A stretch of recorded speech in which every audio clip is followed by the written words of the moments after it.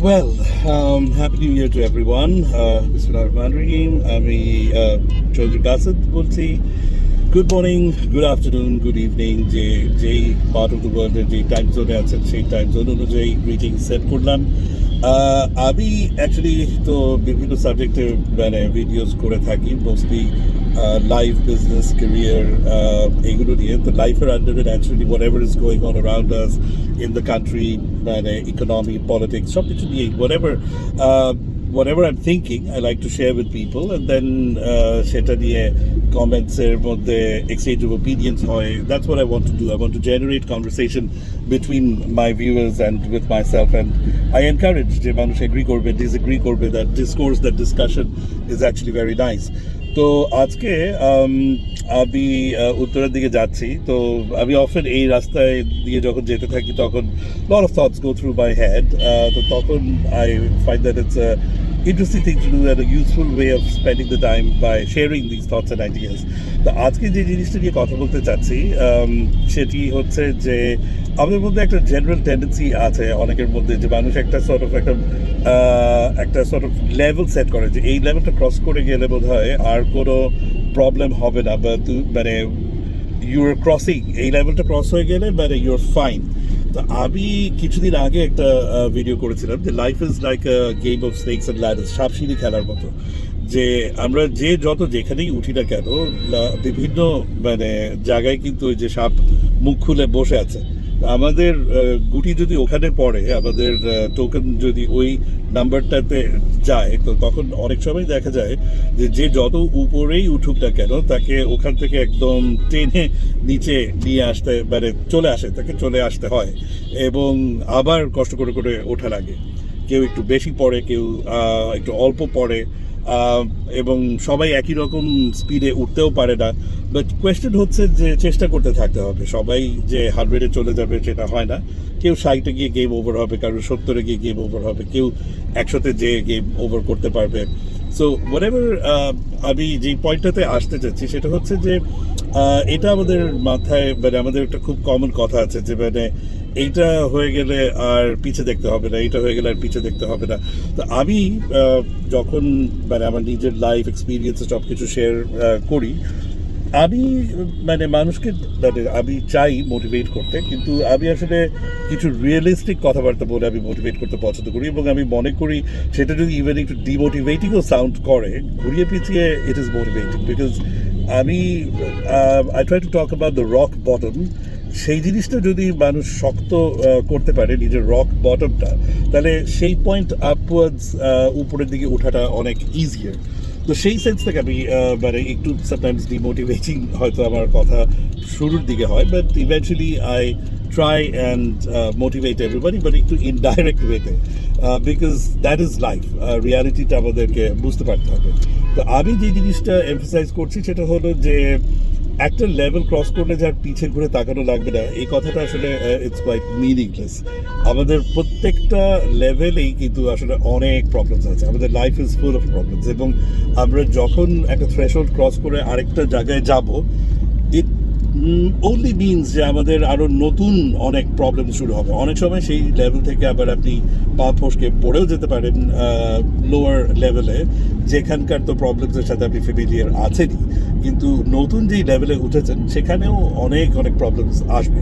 এই জিনিসটাকে অলওয়েজ মাথায় রাখতে হবে। সো কখনোই আসলে কোনো একটা পয়েন্টে রিচ করে বা কোনো একটা লেভেলে ক্রস করে অতিরিক্ত এক্সাইটেড হওয়ার কিছু নেই, অতিরিক্ত অপটিমিস্টিক হওয়ারও কিছু নেই।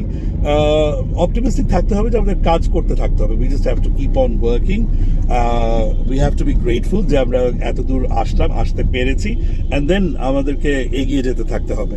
তো কিছু এক্সাম্পল শেয়ার করতে চাচ্ছি। Like for example let's say অনেক সময় অনেকে বলে না যে আচ্ছা এই জায়গায় একবার চাকরি হয়ে গেলে মানে you are set for life.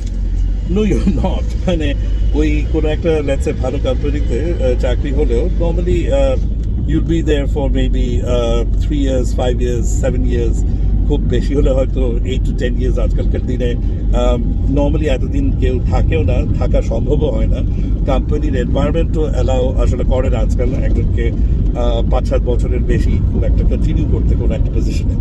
তো যে এই চিন্তাটা যা সেট ফর লাইফ, এই জিনিসটা আসলে it's a very dangerous concept. কারণ এই জিনিসটা একবার মাথায় চলে আসলে তখন কমপ্লেসেন্সি চলে আসে, এবং তখন আসলে ফার্দার ডেভেলপমেন্ট ইমপ্রুভমেন্টের জন্য চেষ্টাটা কমে যায়। সো আমি সেজন্যই মেইনলি বলছি যে আসলে কোনো এত অপটিমিস্টিক হওয়ার কিছু নেই, এত এক্সাইটেড হওয়ার কিছু নেই। প্রবলেম আসতেই থাকবে এবং আমাদেরকে সেটা ফেস করতে থাকতে হবে। কেউ একটা চাকরিতে জয়েন করা মানে হচ্ছে কয়েক বছরের জন্য হয়তো situation is okay, but then আরও অল্প সময়ের মধ্যে সিচুয়েশন খারাপ হয়ে যেতে পারে, যার কারণে আইদার কোম্পানি তাকে রাখতে চাবে না অথবা তাকে কোম্পানি থেকে চলে যেতে হতে পারে।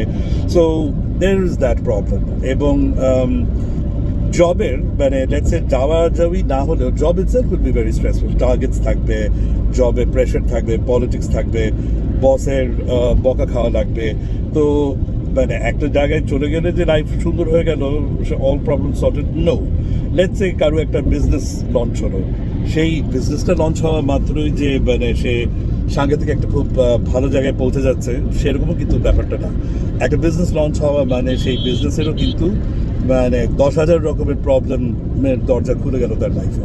সেই বিজনেসে অনেক সময় ফান্ড ক্রাইসিস হতে পারে, সেই বিজনেসে হয়তো সেটা কোনো কিছু ম্যানুফ্যাকচারিং হলে সেখানে মেকানিক্যাল প্রবলেমসের কারণে তার অর্ডার ফেল হতে পারে, তার এক্সপোর্টের প্রবলেম, ইন্টারন্যাশনাল কোনো অসুবিধার কারণে মাল সে উৎপাদন করে ফেলেছে কিন্তু সেটা এক্সপোর্ট হলো না, টাকা পয়সা আটকে যাবে, এরকম প্রবলেমস হতে পারে।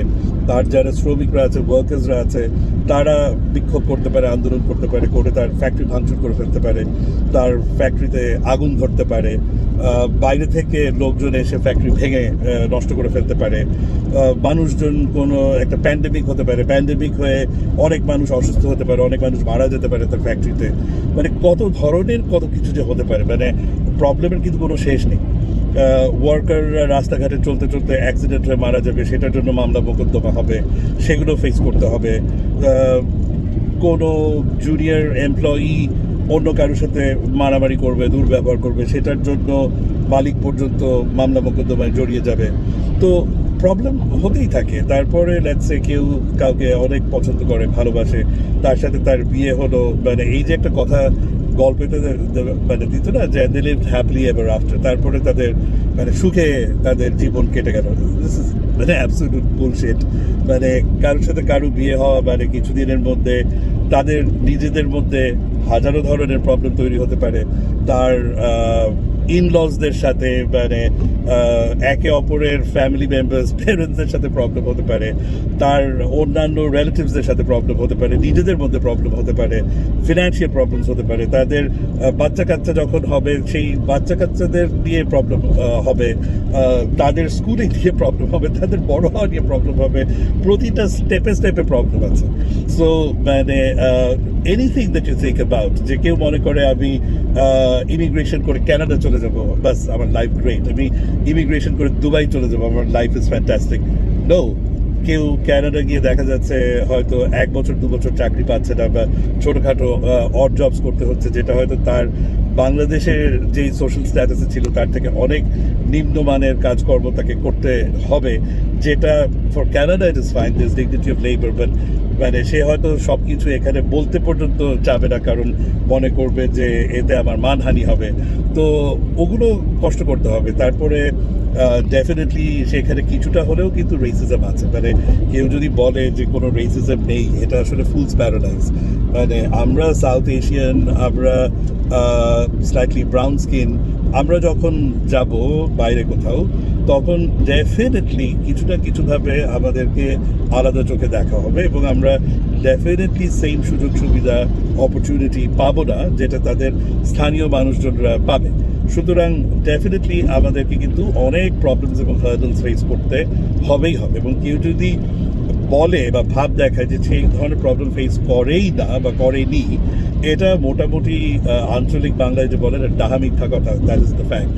তো জিনিসটা যেটা সেটা হচ্ছে যে মানে the point that I want to emphasise on in today's little talk that we are having while on the way, চলতে চলতে ভিডিও ব্লগে, যে আসলে এই যে একটা নোশন মানুষের মধ্যে কাজ করে যে আমার একটা লেভেলে পৌঁছে গেলে বোধহয় লাইফটা অনেক সুন্দর হয়ে যাবে, অনেক মানে একটা স্টেজে চলে যাব, হ্যাঁ, তখন বোধহয় মানে আছে না, বুক ফুলিয়ে চলতে পারবো, স্ট্রাট লাইক পিকক।